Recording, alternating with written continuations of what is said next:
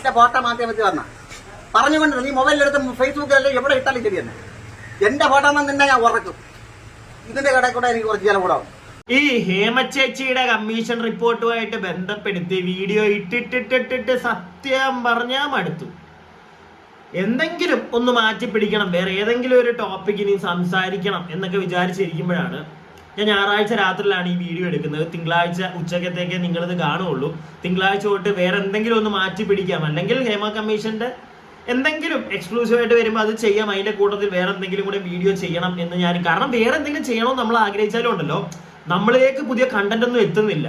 T V ഒക്കെ വെച്ച് കഴിഞ്ഞാൽ ഫുള്ള് ഹേമ കമ്മീഷൻ അല്ലേ, യൂട്യൂബിലും ഒക്കെ ഫേസ്ബുക്കിലാണെങ്കിലും ശരി ഹേമ കമ്മീഷൻ മാത്രം. അതുകൊണ്ട് തന്നെ വേറെ കണ്ടന്റ് ഒന്നും നമുക്ക് കിട്ടുന്നില്ല. അങ്ങനെ ഇരിക്കുമ്പോഴാണ് ഇന്നലെ ഞാൻ മീഡിയ വണ്ണില് ഒരു ന്യൂസ് കണ്ടു. അപ്പൊ എന്തായാലും ഞാൻ വിചാരിച്ചെന്നാ പിന്നെ അതൊന്ന് സംസാരിക്കാം. അത് വളരെ ഇമ്പോർട്ടന്റ് ആയിട്ടുള്ള ഒരു കാര്യമാണ്, അതെനിക്ക് പറയണമെന്ന് തോന്നി. സോ അതിന്റെ ഒരു റിയാക്ഷനാണ് വീഡിയോ. അതിലേക്ക് പോകുന്നതിന് മുമ്പ് കുറെ പേര് ചിലപ്പം ഹേമ കമ്മീഷനുമായിട്ട് ബന്ധപ്പെടുത്തി എന്തെങ്കിലും ഒന്ന് കിട്ടുമോ എന്ന് വിചാരിച്ചിരിക്കുന്നവർ കാണും. അവർക്ക് വേണ്ടി ഞാൻ ജസ്റ്റ് ഒരു കാര്യം പറഞ്ഞിട്ട് പോവാം.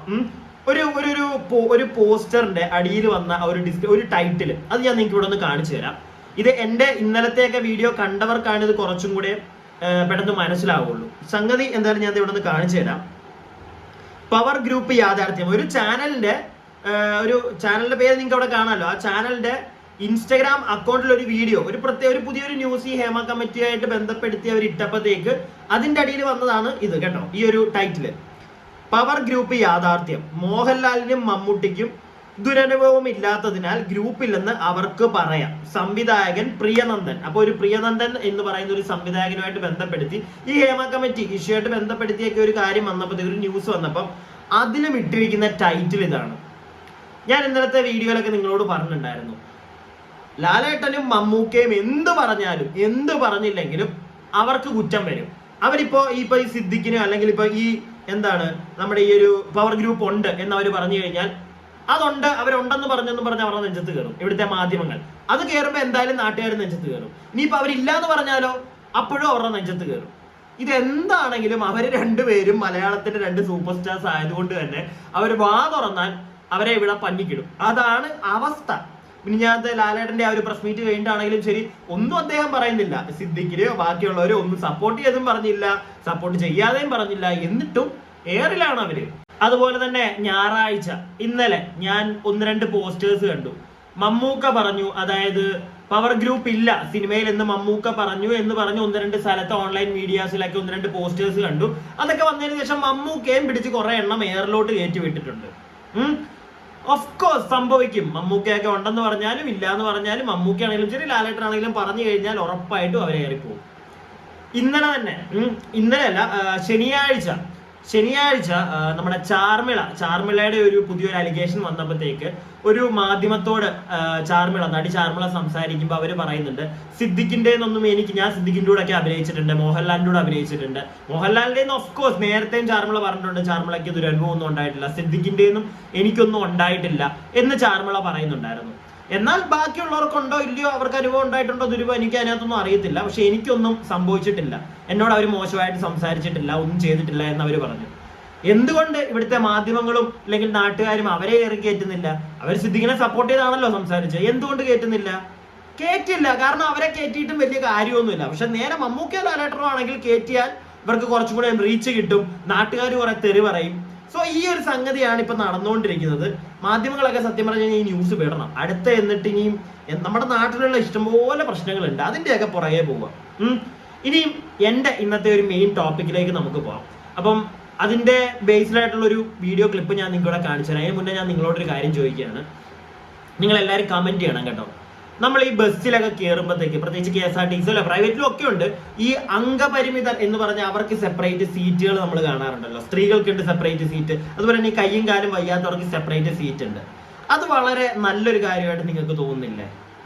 എനിക്ക് അത് നല്ലൊരു കാര്യമായിട്ടാണ് എനിക്ക് എപ്പോഴും തോന്നിയിട്ടുള്ളത് കേട്ടോ. ഞാൻ എപ്പോഴും ബസ്സിൽ കയറുമ്പോൾ ഈ കാല് വയ്യാത്തവരൊക്കെ വരുമ്പോഴത്തേക്ക് ഞാൻ ആലോചിക്കാറുണ്ടോ, അവർക്ക് ഉടനെ അവിടെ ഇരിക്കുന്നവർ മാറിക്കൊടുക്കും. കാരണം അവർക്ക് സെപ്പറേറ്റ് ഉള്ള ഒരു സീറ്റാണ്, അവിടുന്ന് എന്താണെങ്കിലും മാറിക്കൊടുത്തേ പറ്റൂ.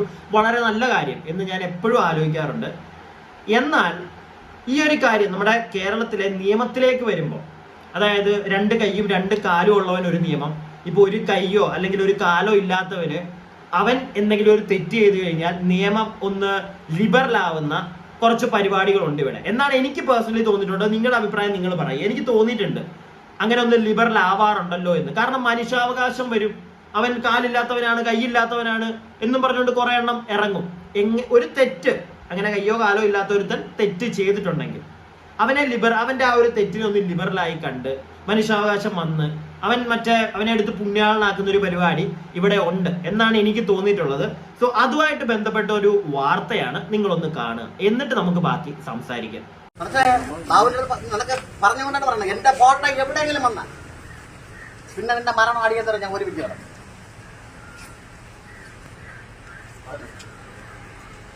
ചുമ്മാ ഫോട്ടോ എടുത്തത് എന്റെ ഫോട്ടോ മാറ്റി വെച്ച് വന്ന പറഞ്ഞുകൊണ്ട് നീ മൊബൈലിലെടുത്ത് ഫേസ്ബുക്കിലല്ലേ എവിടെ ഇട്ടാലും ശരി തന്നെ. എന്റെ ഫോട്ടോ നിന്നെ ഞാൻ ഉറക്കും. ഇതിന്റെ കടയിൽ കൂടെ എനിക്ക് കുറച്ച് ചില കൂടെ എന്റെ ഫോട്ടോ വല്ല മാറ്റി വെച്ച് കയറും.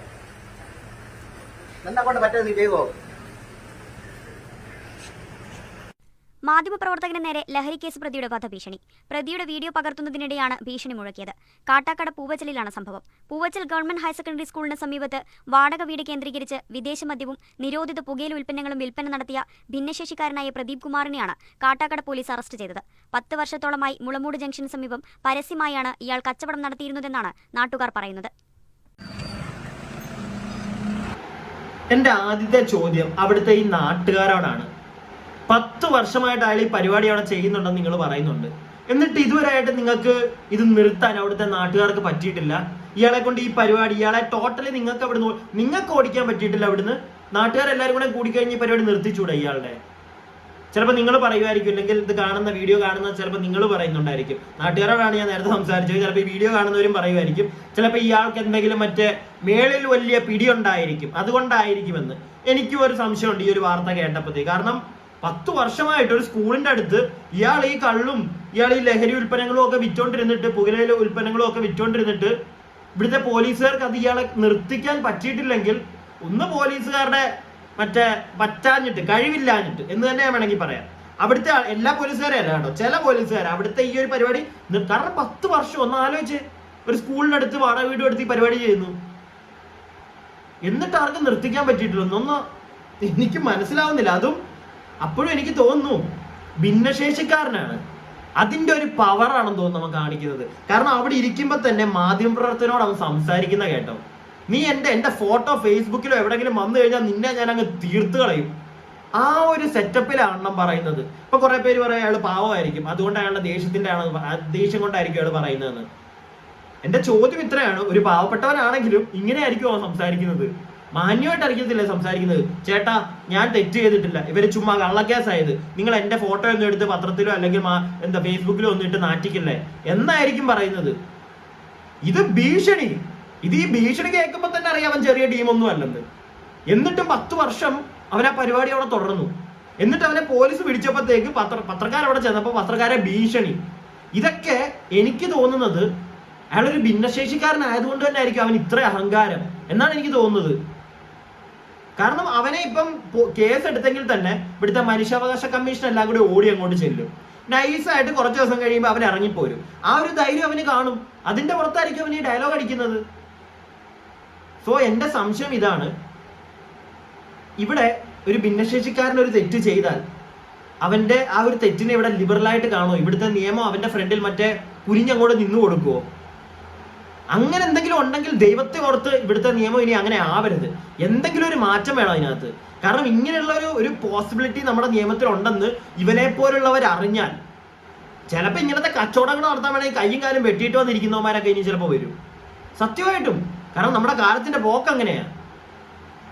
അതുകൊണ്ട് തെറ്റ് ചെയ്യുന്നത് ഭിന്നശേഷിക്കാരനാണെങ്കിലും ശരി അല്ലെങ്കിലും ശരി നിയമം ഒന്നായിരിക്കണം. 2 കൈയും 2 കാലും ഉള്ളവൻ എന്ത് ശിക്ഷയാണോ ഇങ്ങനത്തെ ചട്ടത്തരങ്ങൾ കാണിച്ചാൽ കൊടുക്കുന്നത് അത് തന്നെ ഇവനെ പോലുള്ളവന് കൊടുക്കണം.